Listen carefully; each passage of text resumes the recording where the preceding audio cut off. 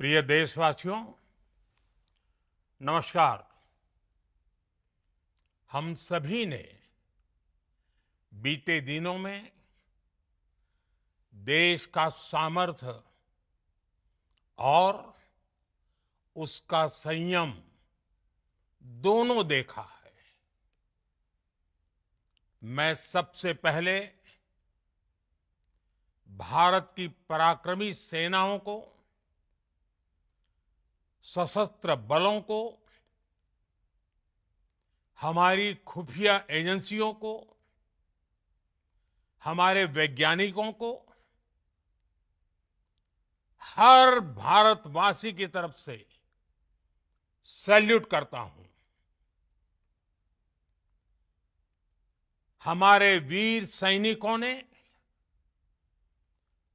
Operation सिंदूर के लक्ष्यों की प्राप्ति के लिए असीम शौर्य का प्रदर्शन किया।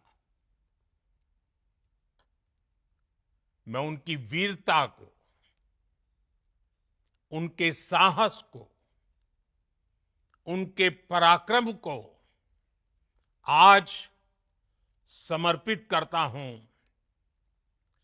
हमारे देश की हर माता को, देश की हर बहन को और देश की हर बेटी को ये पराक्रम समर्पित करता हूं।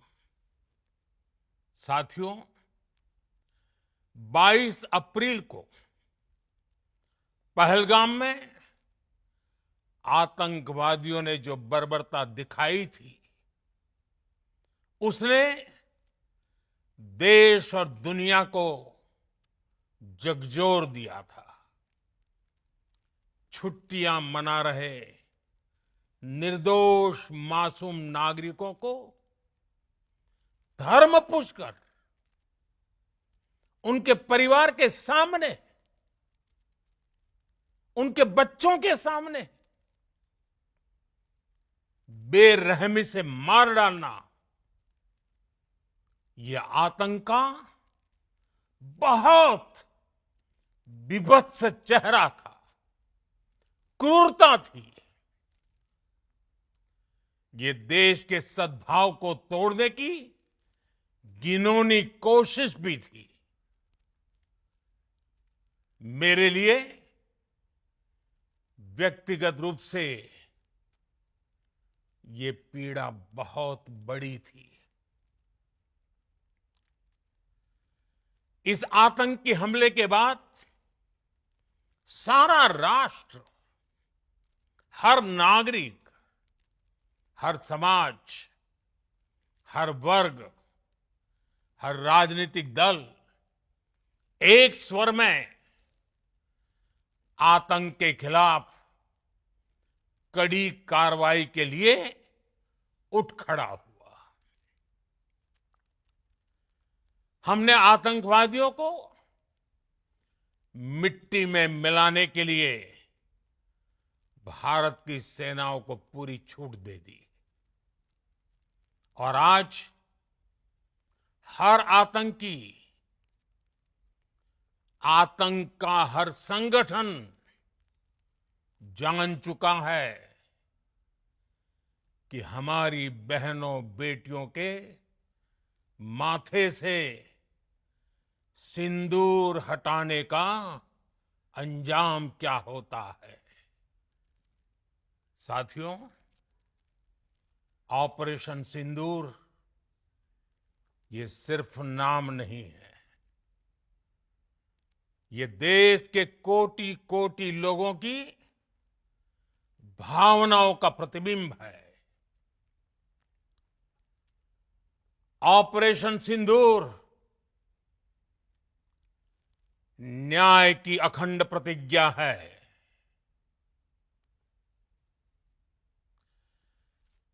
6 मई की देर रात, 7 मई की सुबह पूरी दुनिया ने इस प्रतिज्ञा को परिणाम में बदलते देखा है। भारत की सेनाओं ने पाकिस्तान में आतंक के ठिकानों पर, उनके ट्रेनिंग सेंटर्स पर सटीक प्रहार किया। आतंकियों ने सपने में भी नहीं सोचा था कि भारत इतना बड़ा फैसला ले सकता है। लेकिन जब देश एकजुट होता है, नेशन फर्स्ट की भावना से भरा होता है, राष्ट्र सर्वोपरि होता है, तो फौलादी फैसले लिए जाते हैं, परिणाम लाकर दिखाए जाते हैं। जब पाकिस्तान में आतंक के अड्डों पर भारत की मिसाइलों ने हमला बोला, भारत के ड्रोन्स ने हमला बोला, तो आतंकी संगठनों की इमारतें नहीं, बल्कि उनका हौसला भी थर्रा गया। बहावलपुर और मुरिद के जैसे आतंकी ठिकाने एक प्रकार से ग्लोबल टेररिज्म की यूनिवर्सिटीज रही है। दुनिया में कहीं पर भी जो बड़े आतंकी हमले हुए हैं, चाहे 9/11 हो, चाहे लंदन ट्यूब बॉम्बिंग हो, या भारत में दशकों से जो बड़े बड़े आतंकी हमले हुए हैं, उन सब के तार कहीं ना कहीं आतंक के इन्हीं ठिकानों से जुड़ते रहे हैं। आतंकियों ने हमारी बहनों का सिंदूर उजाड़ा था, इसलिए भारत ने आतंक के ये हेडक्वार्टर्स उजाड़ दिए। भारत के इन हमलों में 100 से अधिक खूंखार आतंकवादियों को मौत के घाट उतारा गया है। आतंक के बहुत सारे आका बीते 2.5-3 दशकों से खुलेआम पाकिस्तान में घूम रहे थे, जो भारत के खिलाफ साजिशें करते थे। उन्हें भारत ने एक झटके में खत्म कर दिया।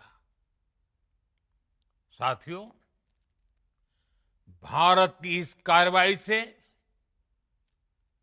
पाकिस्तान घोर निराशा में गिर गया था, हताशा में गिर गया था, बौखला गया था।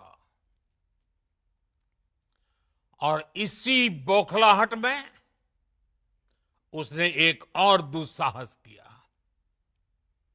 आतंक पर भारत की कार्रवाई का साथ देने के बजाय पाकिस्तान ने भारत पर ही हमला करना शुरू कर दिया। पाकिस्तान ने हमारे स्कूलों, कॉलेजों को, गुरुद्वारों को, मंदिरों को, सामान्य नागरिकों के घरों को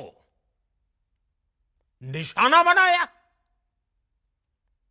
पाकिस्तान ने हमारे सैन्य ठिकानों को निशाना बनाया। लेकिन इसमें भी पाकिस्तान खुद बेनकाब हो गया। दुनिया ने देखा कि कैसे पाकिस्तान के ड्रोन्स, पाकिस्तान की मिसाइलें भारत के सामने तिनके की तरफ बिखर गई। भारत के सशक्त एयर डिफेंस सिस्टम ने उन्हें आसमान में ही नष्ट कर दिया।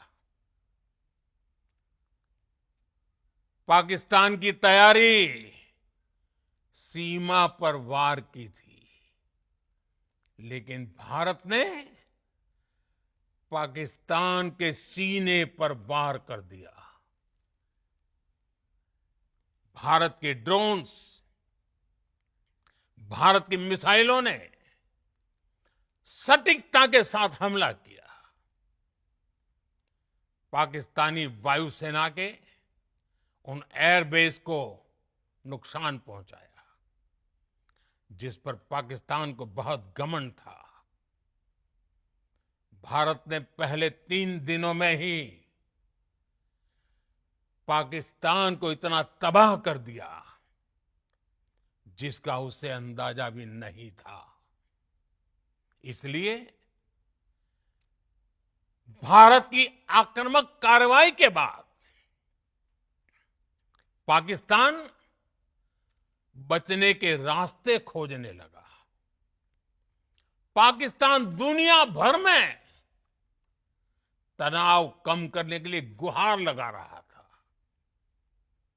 और बुरी तरह पीटने के बाद इसी मजबूरी में 10 मई की दोपहर को पाकिस्तानी सेना ने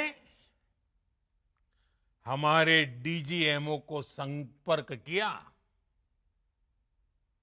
तब तक हम आतंकवाद के इंफ्रास्ट्रक्चर को बड़े पैमाने पर तबाह कर चुके थे। आतंकियों को मौत के घाट उतार दिया गया था। पाकिस्तान के सीने में बसाए गए आतंक के अड्डों को हमने खंडहर बना दिया था। इसलिए जब पाकिस्तान की तरफ से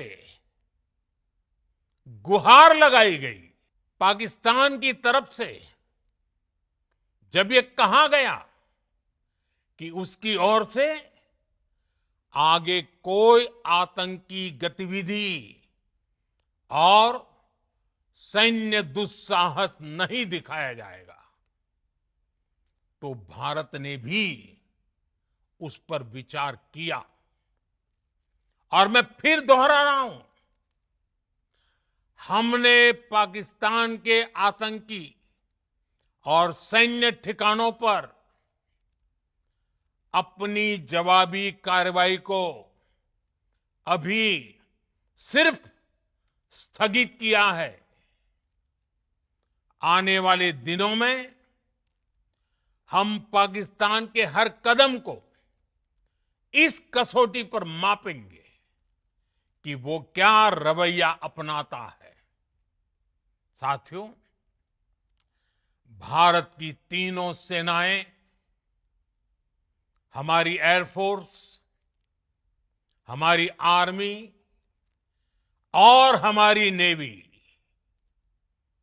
हमारी border security force BSF, Bharat के अर्धसैनिक बल लगातार अलर्ट पर है।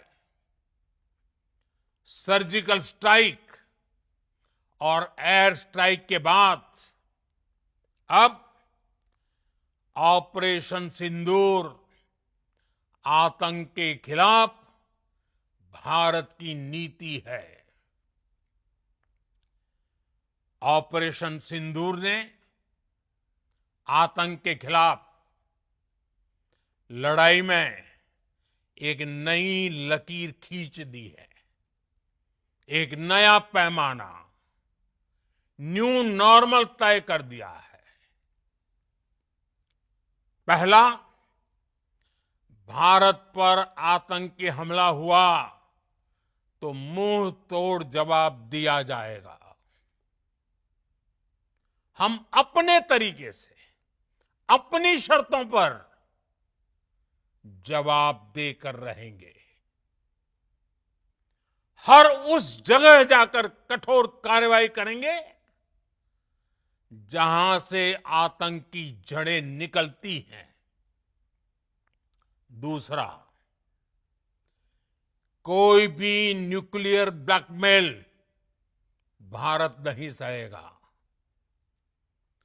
न्यूक्लियर ब्लैकमेल की आड़ में पनप रहे आतंकी ठिकानों पर भारत सटीक और निर्णायक प्रहार करेगा। तीसरा, हम आतंक की सरपरस्त सरकार और आतंक के आकाओं को अलग अलग नहीं देखेंगे। ऑपरेशन सिंदूर के दौरान दुनिया ने पाकिस्तान का वो घिनौना सच फिर देखा है, जब मारे गए आतंकियों को विदाई देने पाकिस्तानी सेना के बड़े बड़े अफसर उमड़ पड़े।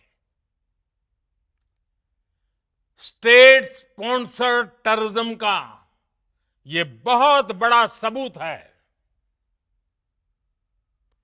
हम भारत और अपने नागरिकों को किसी भी खतरे से बचाने के लिए लगातार निर्णायक कदम उठाते रहेंगे।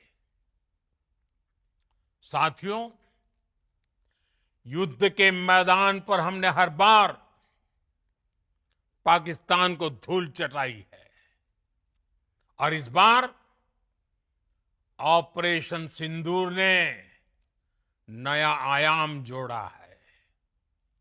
हमने रेगिस्तानों और पहाड़ों में अपनी क्षमता का शानदार प्रदर्शन किया और साथ ही न्यू एज वॉरफेयर में भी अपनी श्रेष्ठता सिद्ध की। इस ऑपरेशन के दौरान हमारे मेड इन इंडिया हथियारों की प्रामाणिकता सिद्ध हुई। आज दुनिया देख रही है 21वीं सदी के वॉरफेयर में made in India defence equipments, इसका समय आ चुका है। साथियों, हर प्रकार के आतंकवाद के खिलाफ हम सभी का एकजुट रहना, हमारी एकता हमारी सबसे बड़ी शक्ति है। निश्चित तौर पर ये युग युद्ध का नहीं है, लेकिन ये युग आतंकवाद का भी नहीं है। टेररिज्म के खिलाफ जीरो टॉलरेंस, ये एक बेहतर दुनिया की गारंटी है। साथियों, पाकिस्तानी फौज, पाकिस्तान की सरकार जिस तरह आतंकवाद को खाद पानी दे रहे हैं, वो एक दिन पाकिस्तान को ही समाप्त कर देगा। पाकिस्तान को अगर बचना है तो उसे अपने टेरर इंफ्रास्ट्रक्चर का सफाया करना ही होगा। इसके अलावा शांति का कोई रास्ता नहीं है।